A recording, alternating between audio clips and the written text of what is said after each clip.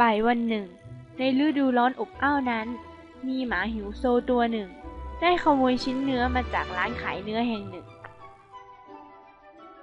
ระหว่างทางที่ต้องข้ามสะพานมันเหลือบมองลงไปในน้ำและต้องตกใจในสิ่งที่เห็นเป็นไปไม่ได้อะทำไมหมาตัวนั้นคาบชิ้นเนื้อชิ้นใหญ่กว่าเราจะต้องแย่งมาให้ได้มันทิ้งเนื้อที่คาบอยู่และกระโจนลงไปในน้ำเพื่อแย่งชิ้นเนื้อนั้นโอ้กับฉันสิเข้ามาเลย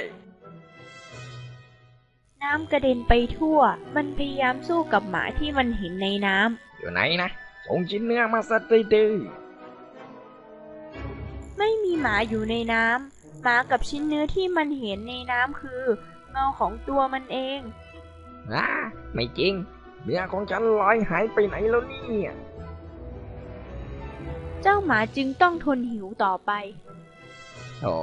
ไม่น่าโลภเลยเรา